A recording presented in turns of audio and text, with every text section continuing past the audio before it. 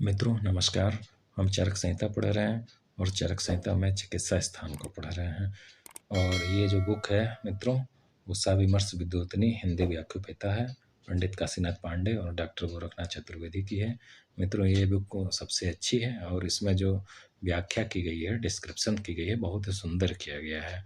और मित्रों इसका अध्ययन करके आप बीएमएस में भी अच्छे नंबर पाएंगे और आगे जो आप पीजी की तैयारी करेंगे एआईपीजीटी वगैरह की, उसमें भी आपको काफ़ी हेल्प मिलेगी। और कई बुक हैं मित्रों, लेकिन ये सबसे अच्छी बुक है। तो चलिए ठीक है मित्रों, अब हम अपस्मार शुरू करते हैं। इसके पहले हम लोगों ने उन्माद, रसायन बाजीकरण, रक्तपित्त गुल्म, ये सब हम अध्ययन कर चुके हैं। और मित्रों यहाँ पे मैं ये कहना चाहूँगा कि आप जब भी स्टडी करते हैं, चरक संहिता हो या कोई भी उसका स्थान हो, चिकित्सा स्थान हो, निदान स्थान हो, तो थोड़ा सा डिस्क्रिप्टिव पढ़ा कीजिए, सिलेक्टिव ना पढ़िए। क्योंकि सिलेक्टिव पढ़ने वाले अक्सर धोखा खाते हैं कंपटीशनों में या पीजीटी वगैरह में। ऐसा क्वेश्चन पुटअप करते हैं, फिर लगता है कि हाँ ये तो बहुत हमने इंपॉर्टेंट पढ़ा था, लेकिन कोई भी क्वेश्चन नहीं है। इसलिए मित्रों डिस्क्रिप्टिव पढ़िए। और यूट्यूब पे बहुत से वीडियो हैं शार्ट में, लेकिन उनको पढ़ने से आपका जो नॉलेज है वो संकुचित हो जाता है। हमेशा ब्रॉड स्पेक्ट्रम बनिए और पढ़िए मित्रों। तो ठीक है मित्रों, चलिए शुरू करते हैं अपस्मार को। तो सबसे पहले तो यही है कि अपस्मार और उन्माद में काफ़ी समानता है।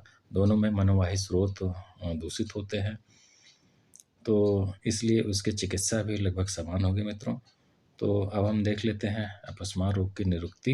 मर्तर अपगमम प्राहुरपस्मारम विषगविदः तमा प्रवेशम बीभत्स चेष्टम धी सत्व संप्लवात।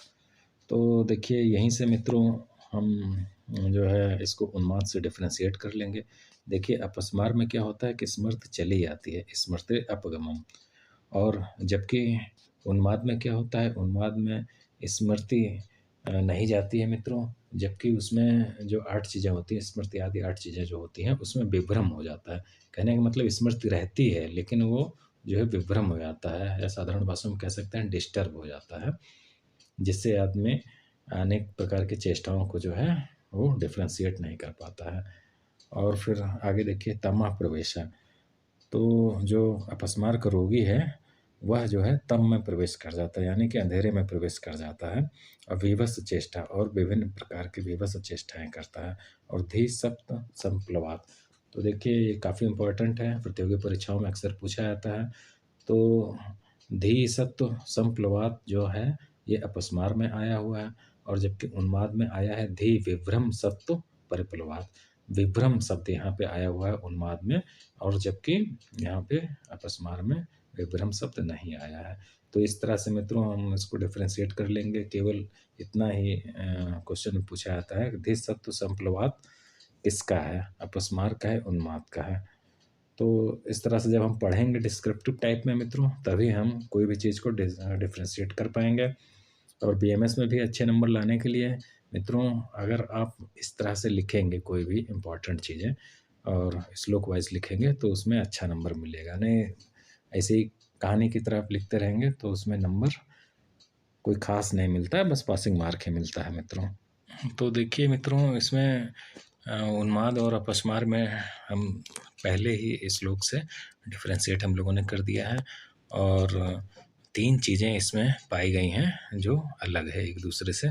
पहला तो ये है कि अपस्मार में स्मृति जो है चली जाती है, जबकि उन्माद में स्मृति का जो है विभ्रम होता है। और दूसरी चीज़ है तमा प्रवेशा विभक्त चेष्टा। तो जो अपस्मार का रोगी है वो ऐसा लगता है उसको जैसे वह अंधेरे में प्रवेश कर गया है और बेबस चेष्टा करता है, जबकि उन्माद में विषम चेष्टा करता है। और अपस्मार में देखिए देह सत्व संप्लवात है, और जबकि उन्माद में देह विभ्रम सत्व संप्लवात है। अपस्मार का कारण देख लेते हैं। विभ्रांत बहुदोषाणाम असुचि भोजनात् रजस मोभ्याम और मनस्य विहते। तो देखिए इसमें जो है कारण बताया गया अपस्मार का। सबसे मुख्य तो है अपवित्र भोजन, अशुचि भोजन है। और दूसरा क्या कारण बनता है, जो हमारा सत्व गुण है सत्व रज तम 3 चीज़ें होती हैं मनुष्य के अंदर। तो जो सत्व होता है वो दोष में काउंट नहीं होता मित्रों, वो गुण है। और जो रज और तम होता है वही दोष है, ये मानसिक दोष कहलाते हैं। तो ये जो सत्व है ये कम हो जाता है और रज और तम बढ़ जाते हैं, जिसकी वजह से क्या होता है, हृदय वातादि दोष से आवृत हो जाता है तथा चिंता, काम, भय, शोक, क्रोध और उद्वेग आदि के कारण मन दोषों से विशेष रूप से दूषित हो जाता है और अपस्मार रोग की उत्पत्ति होती है।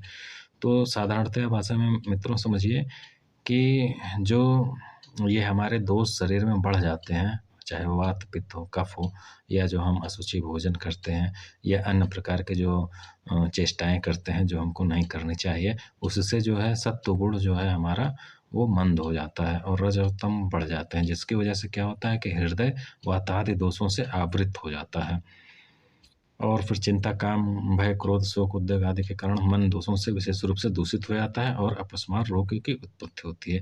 कहने का मतलब यह है कि हृदय के ऊपर वातादि दोषों का आवरण हो जाता है। तो जो चिकित्सा हम आगे पढ़ेंगे मित्रों, उसमें इसी जो आवरण को हम हटाते हैं और सत्व को बढ़ाते हैं, तो उसको हम क्रमशः देखते जाएंगे। तो अब हम आगे बढ़ते हैं मित्रों। अब हम अपस्मार की संप्राप्ति और पूर्व रूप देखते हैं। तो यहाँ पे काफ़ी इम्पोर्टेंट है, धवनिभि आश्रिता दोषा हृदयम पीडयन्ति। मतलब जो दोष होते हैं वो धमनी का आश्रय करते हैं। तो मित्रों देखिए, उन्माद और अपस्मार में एक समानता थी कि ये मनोवाही स्रोत और दूषित होते थे। तो मनोवाही स्रोत क्या हो गए, मन और हृदय। लेकिन देखिए अपस्मार में एक यूनिक चीज़ आई है, धमनी का आश्रय। दोष जो है धमनी का आश्रय करते हैं, ये इम्पोर्टेंट है और ये प्रतियोगी परीक्षा में पूछे जाते हैं। और फिर देखिए आगे क्या है, संपीडमानो पश्यन्ति सन्ति रूपाणि पतति प्रस्फुरति।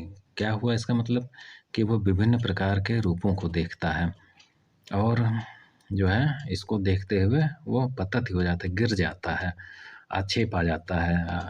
एपिलेप्सी में आप देखते ही हैं कि जो रोगी है एकाएक गिर जाता है। फिर देखिए आगे क्या है,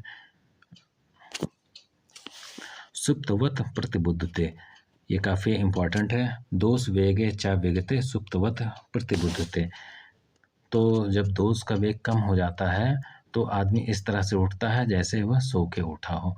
ये इम्पॉर्टेंट कोटेशन है, सुप्तवत प्रतिबुद्धते। ये पूछा जाता है, कोटेशन दे देंगे, लाइन दे देंगे, सुप्तवत प्रतिबुद्धते ये किस डिजीज में पाया जाता है, तो हम बताएंगे अपस्मार। अब अपस्मार के भेद देख लेते हैं। तो उन्माद में जो प्रकार था मित्रों वो 5 प्रकार थे, वातज, पित्तज, कफज, सन्निपातज और आगंतुज। जबकि यहाँ पे देखिए आगंतुज नहीं आया है और बाकी 4 प्रकार के हैं, वातज, पित्तज, कफज और सन्निपातज। अब वातज अपस्मार के लक्षण हम देख लेते हैं। वातज अपस्मार के लक्षण वही हैं जो वात रोग में मिलते हैं। जनरल वात रोग में रोगी को शरीर कांपता है, दांतों को खटखटाता है, मुख से फेन निकलता है, श्वास की गति तीव्र हो जाती है और लाल या काले रूपों को देखते हुए मूर्छित हो जाता है।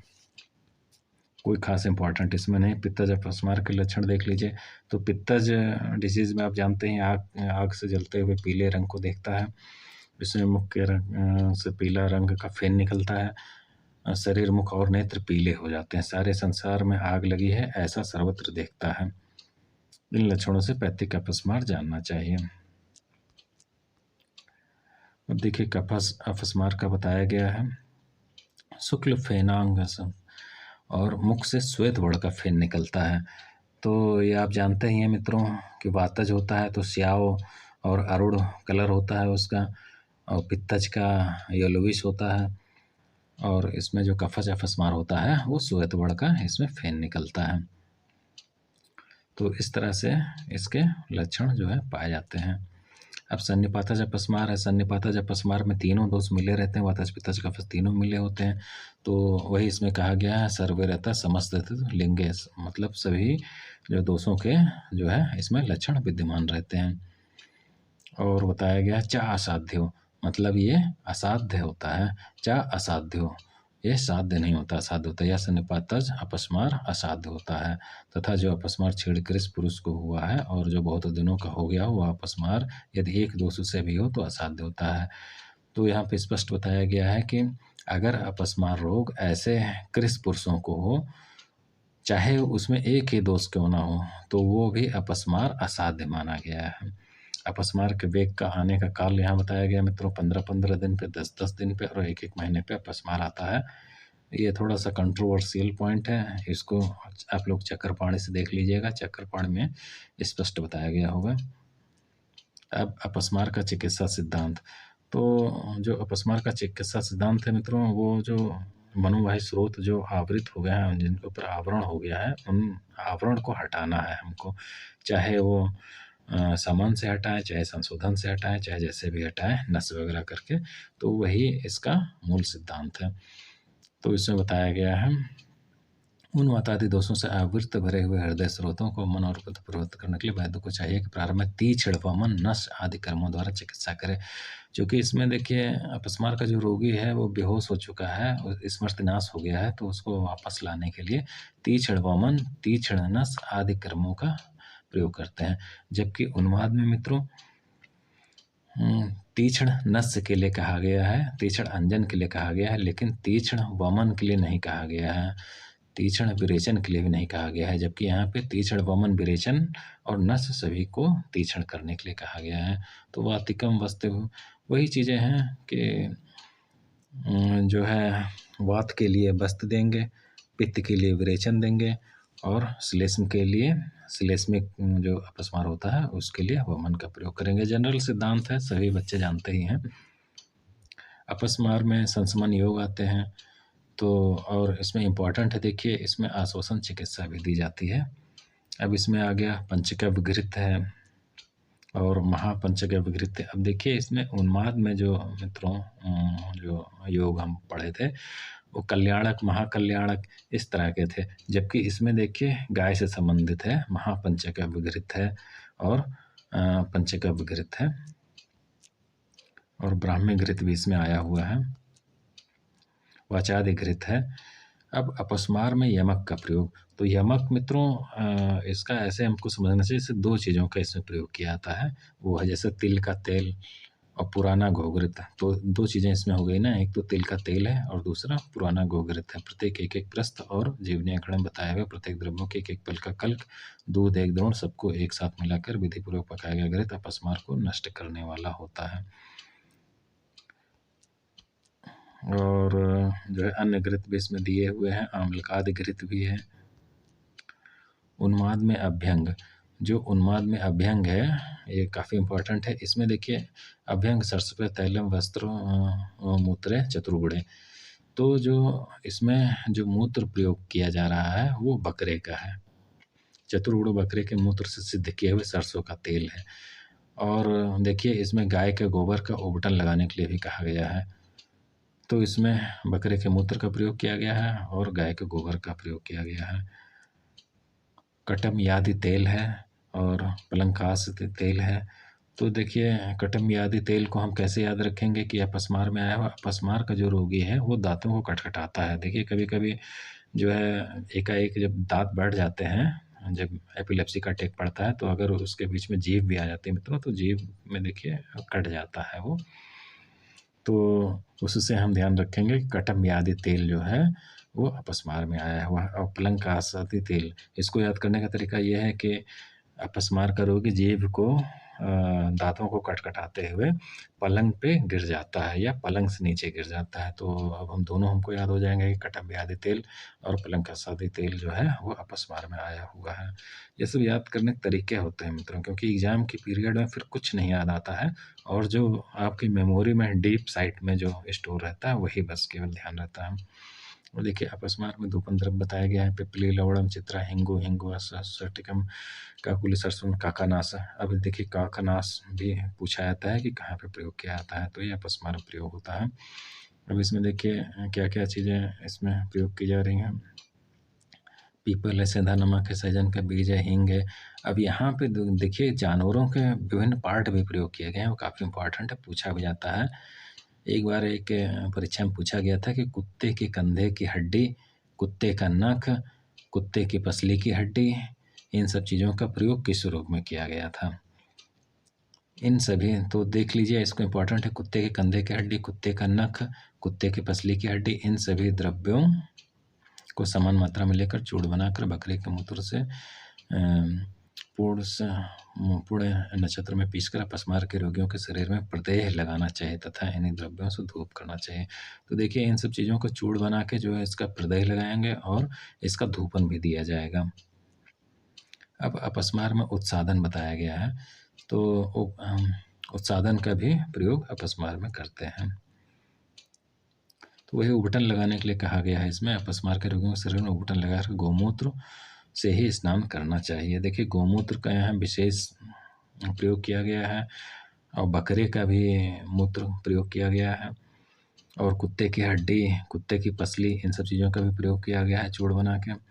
अब देखिए, यहाँ पे एक इम्पॉर्टेंट है अपस्मार में नस्य, तो कपिलानाम गवम मूत्रम नावनम परमहितम। तो कपिल कलर की जो गाय होती है उसका मूत्र बहुत हितकर बताया गया है और इसका प्रयोग कैसे करते हैं, नावन नस्य के लिए इसका प्रयोग करते हैं। कपिलवड़ की गाय का मूत्र अपस्मार रोग में नस्य के लिए परम लाभकारी होता है।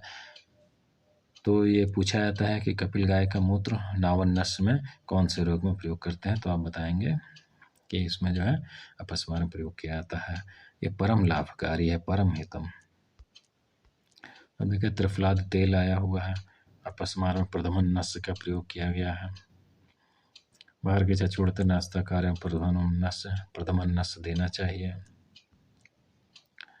और काशादिवर्ती आया हुआ है, मुस्तादिवर्त है, उन्माद में धूपन है।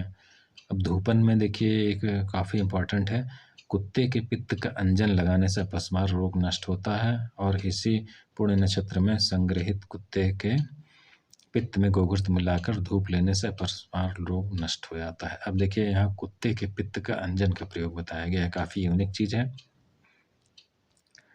अब आते हैं उपयुक्त क्रियाओं से लाभ क्या होता है। मनोवाही स्रोत शुरू हो जाती है जिससे स्मरण शक्ति और ज्ञान को प्राप्त कर लेता है। मनोवाही स्रोतें जो है शुद्ध हो जाती हैं, वही चीज़ है, आवरण हट जाता है उसका।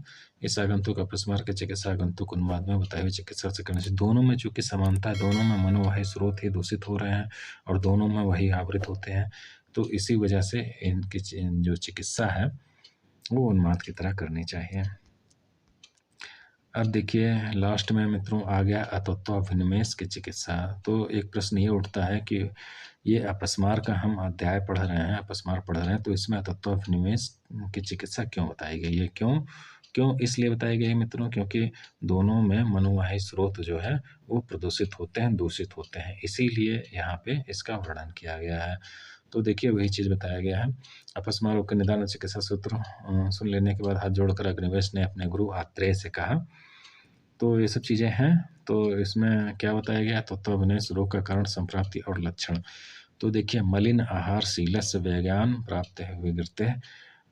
क्या हुआ इसका मतलब, मलिन दुष्ट आहार का सेवन करने से जिन लोगों का अभ्यास हो गया हो तथा जो लोग मलमूत्र का जो वेग है वो अक्सर रोकते रहते हैं, तो उससे क्या होता है।